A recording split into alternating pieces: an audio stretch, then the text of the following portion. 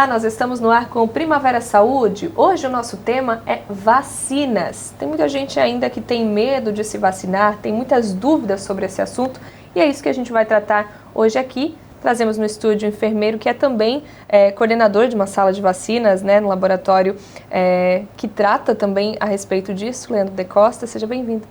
Muito obrigado. Vacinas ainda assusta muita gente ainda, preocupa, vacino, não vacino, isso ainda é corre muito mito a respeito disso, Leandro? Isso, corre. Na verdade, assim, o problema com as vacinas não é a vacina em si, e sim a agulha, né? Então, muitas pessoas, os pais, enfim, tem que fazer a vacina nos seus filhos, eles não querem ver os seus filhos sofrendo, né? E assim, é um mito que acaba passando para a população, enfim, até de uma maneira assim que os pais utilizam de maneira inadequada, repreendendo os filhos, né? Assim, ó, tu não faz isso que eu vou te levar lá para fazer uma injeção.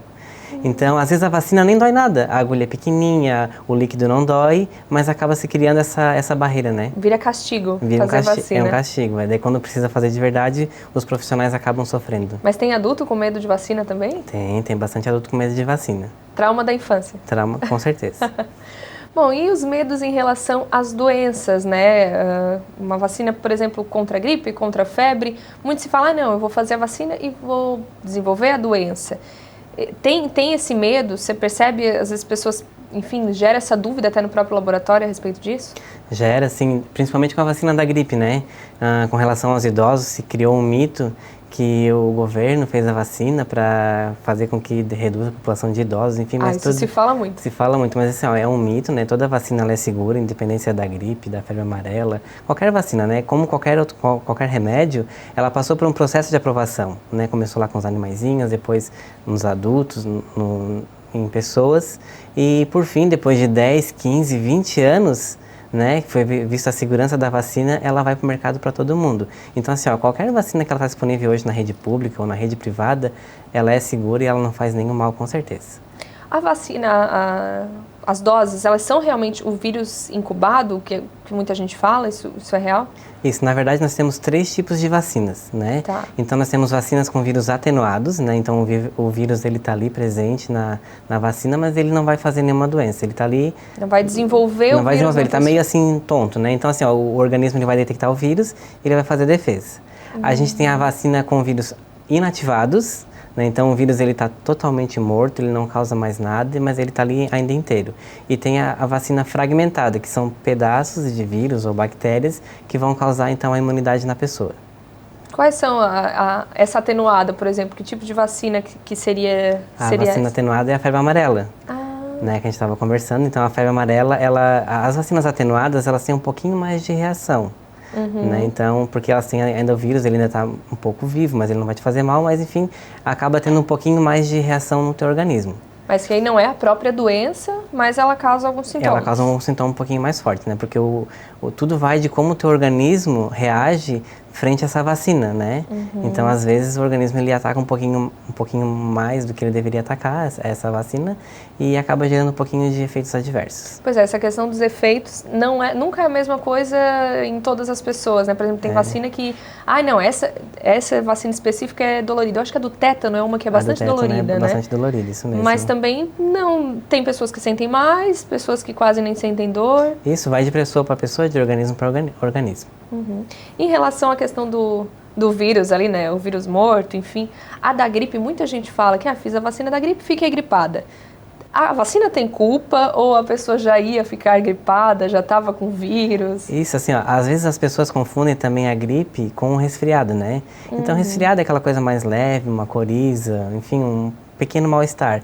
E a gripe mesmo, ela te deixa de cama, febre de 39, 40 graus. Então, às vezes a pessoa é só um efeito colateral da vacina, né, que te causou um pouquinho de mal-estar, mas que no máximo em 3 dias, 72 horas, tu já tá totalmente curado e com mais nenhuma dor da vacina. E a questão do tempo de fazer efeito a vacina, né? Porque nem todas tu toma a vacina hoje, ela já tá prevenido. Sim. Então, assim, ó, com relação à da gripe, né, então em 2 semanas tu tá imunizado. Então, por isso a importância de a gente se vacinar antes de começar o inverno, né? Então, a gente se imuniza ali no finalzinho ali para fevereiro, março, enfim, quando chegar o inverno mesmo, que daí tem a maior circulação do vírus da gripe, a gente já está imunizado. E outras vacinas a gente precisa, na verdade, cumprir um esquema vacinal. a gente precisa fazer 2, 3 doses, ou talvez até um reforço, para tu adquirir a imunidade completa. Então, nesses casos, por exemplo, a hepatite. A hepatite B é um esquema de 6 meses. Então, eu só vou estar protegida da hepatite B no final de 6 meses. Entendeu? Então, da gripe 15 dias, umas 6 meses, outras 1 ano, depende da vacina. Agora, essa questão do esquema vacinal, é importante que se siga a risca, porque, por exemplo, a criança nasce, já tem um esquema, um roteiro a seguir, ela tem de tantos em tantos meses que fazer determinada vacina. É importante que se faça realmente naquele calendário. Isso, é importante porque, assim, ó, a mesma coisa, o calendário vacinal, ele é todo estudado pelo Programa Nacional de Imunizações, né? E ele visa, então, proteger a criança naquele determinado momento, tudo por estudos, enfim, né, que vai diminuindo as vacinas. Então, assim, ó, quanto mais tempo demorar para cumprir o calendário, mais tempo vou deixar aquela criança exposta a um agente que ela não precisaria estar exposta, né, na verdade.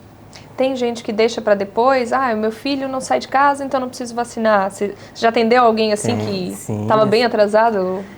Assim, geralmente os pais, né, então assim, às vezes na rotina do dia a dia eles têm muitos outros afazeres e acabam esquecendo, né, então daí a importância dos profissionais da saúde tá fazendo essa busca com esses pais, né, tá dando uma ligadinha, assim, tá na hora de fazer, porque às vezes os pais acabam esquecendo mesmo, né, por N motivos.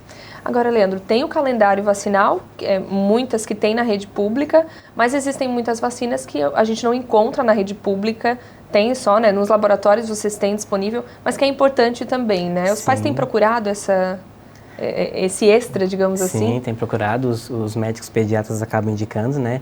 Assim, a diferença da rede pública para a rede privada é isso que tu falou, assim, algumas vacinas elas não têm na rede pública, né? Acabam não tendo, porque são vacinas novas, às vezes vacinas com custo mais alto, às vezes epidemiologicamente falando não é interessante para o governo fazer, porque o governo acaba vacinando a sociedade de uma maneira geral. Né? E tem umas vacinas que elas acabam sendo um pouquinho mais completas na rede privada. Um exemplo é para crianças, a gente tem a pentavalente na rede pública, e na rede privada a gente tem a Hexa, então ela tem uma proteção a mais. Também na rede pública a gente tem a Pneumo 10, que ela protege contra as pneumonias, enfim, então contra 10 tipos de bactérias que causam pneumonia. Na rede privada, nós temos a Pneumo 13, então ela tem 3 a mais, às vezes ela é um pouquinho mais completa.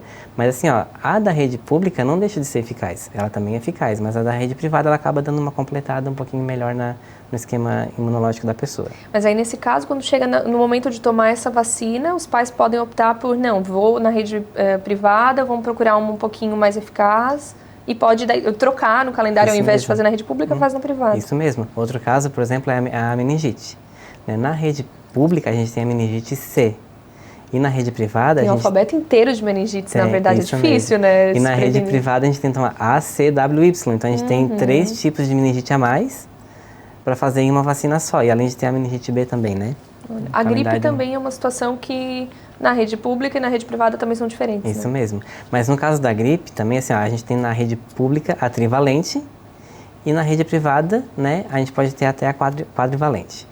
Mas as duas protegem contra o vírus da influenza que causa da gripe A. A gripe A, as duas têm a mesma. A da rede privada, ela tem contra um tipo a mais de gripe comum. Então, a gente protege, mas dá aquela que mata, que te coloca na UTI, enfim, as duas contemplam. Mas na questão da gripe, diferente de outras vacinas que tu faz uma vez na vida, ela tem que refazer justamente pela questão, mutação do vírus, o que acontece, por que a gente precisa fazer todos os anos? Então, assim, ó, o vírus, né, ele tem uma característica de ter mutação, né? Uns acabam tendo maior mutação, outros acabam tendo pouca mutação.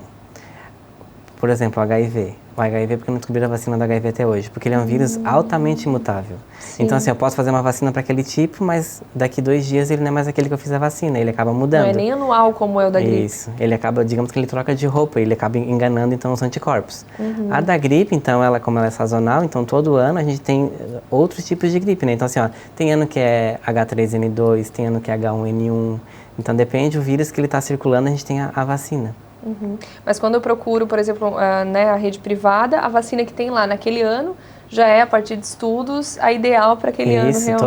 Todo ano lá para setembro, o Hemisfério Sul aqui, né? Então a Organização Mundial da Saúde, ela determina quais são as cepas que vão estar disponíveis na vacina da gripe. Então, tanto da quadrivalente como da trivalente. Então, a partir disso, de setembro, começa a produção da vacina para o ano seguinte daí. E tem vacinas que já duram um ano inteiro, a vida inteira, aliás, né? Febre amarela é uma delas. Até então, há pouco tempo atrás, a febre amarela precisava de um reforço a cada 10 anos. Ah, sim. Mas então acabou por estudos, então vendo que não precisa fazer essa dose de reforço, então uma dose para a vida toda já serve. Ou no caso, assim, por exemplo, agora a gente está tendo esses casos de febre amarela no Brasil inteiro, então também às vezes é indicado a pessoa que já fez a vacina da febre amarela um tempo atrás, refazer a vacina. Mas em geral é só uma vez que é feito assim. Agora, Leandro, é muito comum a gente falar, né? Do tétano todo mundo fez quando era criança, tem o reforço também, a do tétano, a cada 10 anos. A febre amarela, a gripe, são comuns, meningite, mas vocês têm uma infinidade de vacinas, né? Na rede privada, tens uma ideia de quantas doses diferentes vocês têm? Ah, assim, precisar por números eu não sei, mas só que assim, a gente tem muitas vacinas novas no mercado, né? Assim, a gente tem para todas as faixas etárias, né? Assim, a gente acaba tendo um público-alvo, tanto da saúde pública quanto da rede privada, que são as crianças. Que são as crianças que têm o maior número de vacinas para fazer. Mas a gente também tem outros públicos, né? Que a rede pública também acaba pegando, que é o caso dos adolescentes, que acabam fazendo HPV, não é muito tempo que começou a ter o HPV na rede pública, que já tinha na rede privada há algum tempo atrás. E agora para os idosos, pessoas com mais de 50 anos, a gente acaba tendo então agora a vacina contra o herpes zoster. Né? Então, quem tem o herpes, né, sabe o quanto ele é doloroso, ele te causa feridas, pode causar cegueira, dependendo do local que ele pega, assim, que ele acaba aparecendo, ele é muito malefício, acaba causando. E nesse caso, quem já teve herpes zoster ou tem, pode se vacinar? Pode. Então, assim, ó, a herpes zoster... Ela pode voltar? Ela pode voltar. O herpes zoster nada mais é que a catapora, né? A gente teve a catapora, a varicela lá quando foi criança, então esse vírus ele não é erradicado do nosso corpo, ele tá ali, ele fica latente. Aquela história de que eu peguei catapora uma vez na vida e não pego mais? A catapora tu não pega mais, mas o que acontece? Assim que tu passa dos 50 anos, a tua imunidade ela começa a baixar, né? E o vírus ele acaba se fortalecendo no nosso corpo, então ele volta de uma forma muito mais agressiva, que é o herpes zoster, né? Que ele te causa feridas, te causa vários incômodos assim. E a vacina vem para te dar uma maior qualidade de vida. Não é que a vacina vai acabar com o herpes zoster. Tu pode ter de novo o herpes zoster, mas de uma maneira muito mais branda e melhor, assim. Se eu já tive catapora, o vírus provavelmente está em mim, escondidinho em algum lugar. Provavelmente, quando tu tiver idoso, o herpes, se tu tiver uma queda na imunidade, o herpes pode aparecer. Então procura fazer uma vacina dessa, que é o ideal, né? Isso mesmo. E aí tem idade nesse caso? Tem idade, que daí... porque assim, não faz sentido eu fazer uma vacina de herpes numa pessoa de 30 anos, porque ela está saudável. Então os estudos dizem que a partir de 50 anos a gente começa a ter uma queda na imunidade, que é onde o vírus ele é oportunista e ele acaba aparecendo. E ele tem uma durabilidade também, essa vacina? Não, daí o que acontece? A vacina do herpes, ela é uma vacina muito potente, ela é como se fosse 10 vezes a vacina da varicela, uma vacina bem concentrada. Então o que ela vem fazer? Ela vem te dar, vai fazer com o corpo se lembre daquela doença, né? Ele acaba aumentando a imunidade de novo, daí vai pro resto da vida. É só uma vez que faz. Ah, legal. Bom, Leandro, a gente vai fazer uma pausa rapidinho, depois do intervalo a gente volta falando mais sobre vacinas.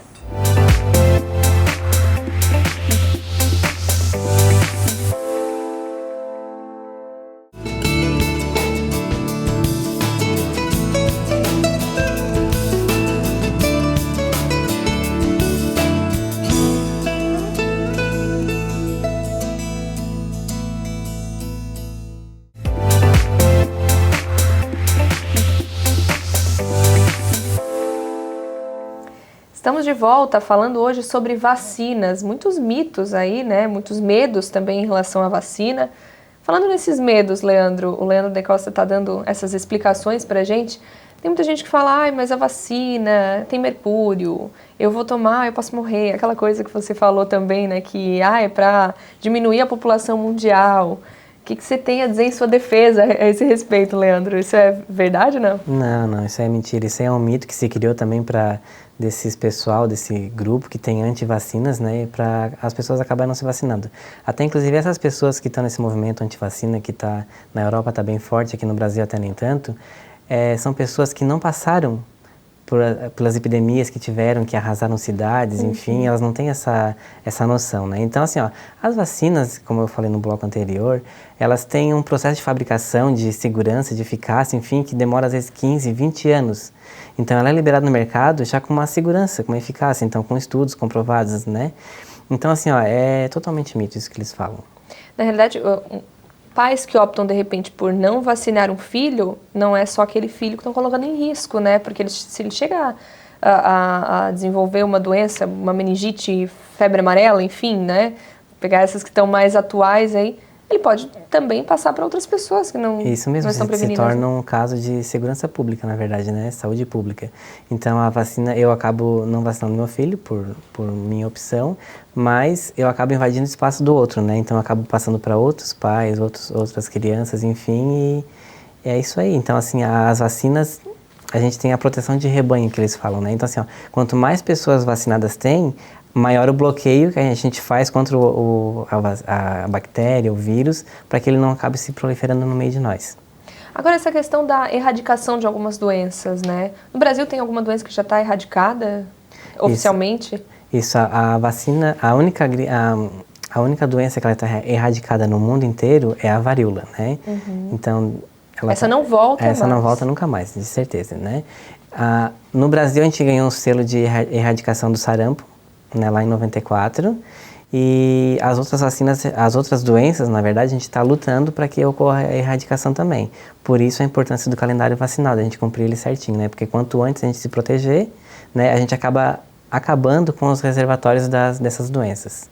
O caso do sarampo, a gente foi erradicada, né? Tem esse selo de 94, você falou, isso né? Mesmo. Mas a gente percebe que está voltando um pouco. Mas aí são casos que vêm de fora, realmente? Isso mesmo. Então, assim, ó, eles acabam pesquisando, né? Tem alguns casos de sarampo no Brasil agora, mas eles acabam, então, pesquisando o vírus, né? Eles fazem, então, uma genotipagem do vírus e eles sabem, então, de qual região do mundo esse vírus ele tem, porque a gente conversou antes que o vírus ele é mutável, né? Então, lá na região da Europa, ele tem um tipo de vírus.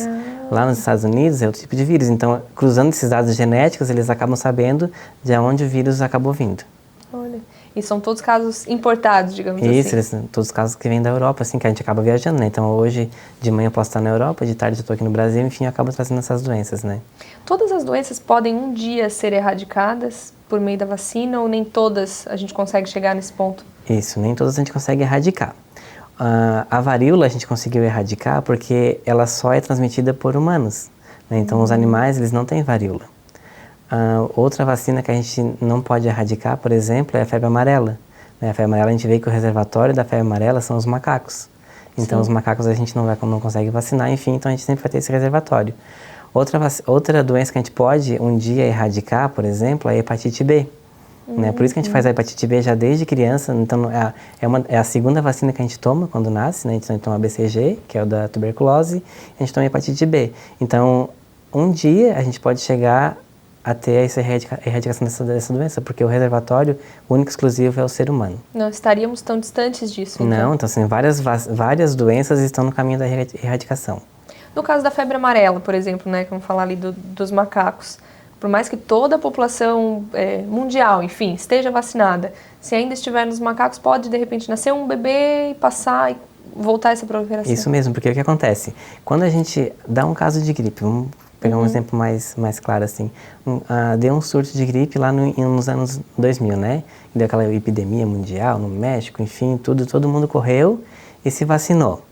No ano seguinte, a gente não teve caso de gripe.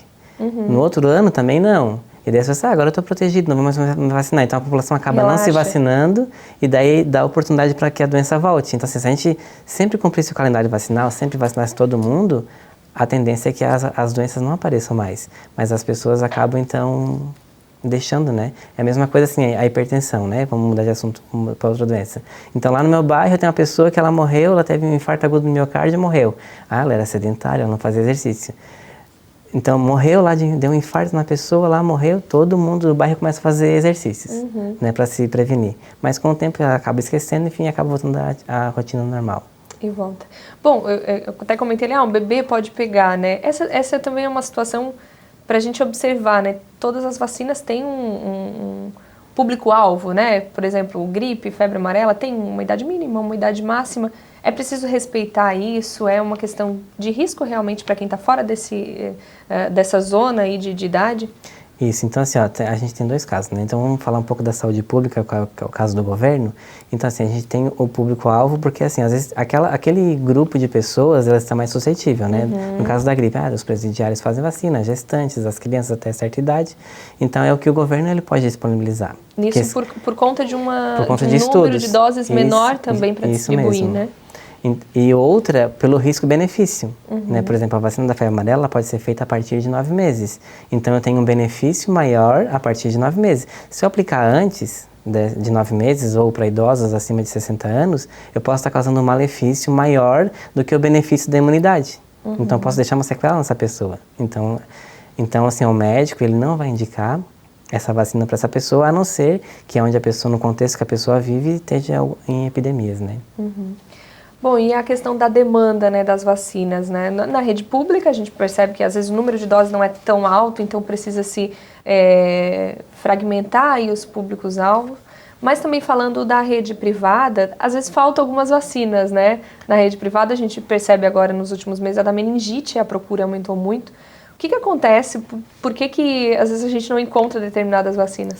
Isso, então, na rede privada, a gente tem as vacinas, elas são todas importadas. Né? Diferente da rede pública, que a indústria nacional ela acaba fazendo, né? Fiocruz, Biomanguinhos, elas acabam fazendo vacinas para o Brasil inteiro para ser distribuídas nos postos de saúde. As nossas são vacinas importadas, né? Então, o processo de importação, ele é bem complicado, né? Tem que passar pela Anvisa, tudo certinho. E outra é que, de acordo com estudos também que essas empresas têm, elas sabem a demanda para o país naquele ano. E também tem algumas vacinas também que a gente não comentou, mas elas demoram até 8 meses, um ano para serem produzidas. Olha. Diferente de um remédio que ele vai ali, mistura os químicos e faz o remédio, né? Então esse ano já estão elaborando para no ano seguinte encaminhar para os países. Isso, tem várias indústrias espalhadas pelo mundo inteiro que já estão em produção dessa vacina. E no caso da CWY, então houve que é da meningite. Que é da meningite, a meningite CWY, então houve lá em fevereiro a suspeita que o neto do Lula faleceu por meningite. Então, assim, toda a mídia brasileira acabou notificando isso e acabou causando um alvoroço na população.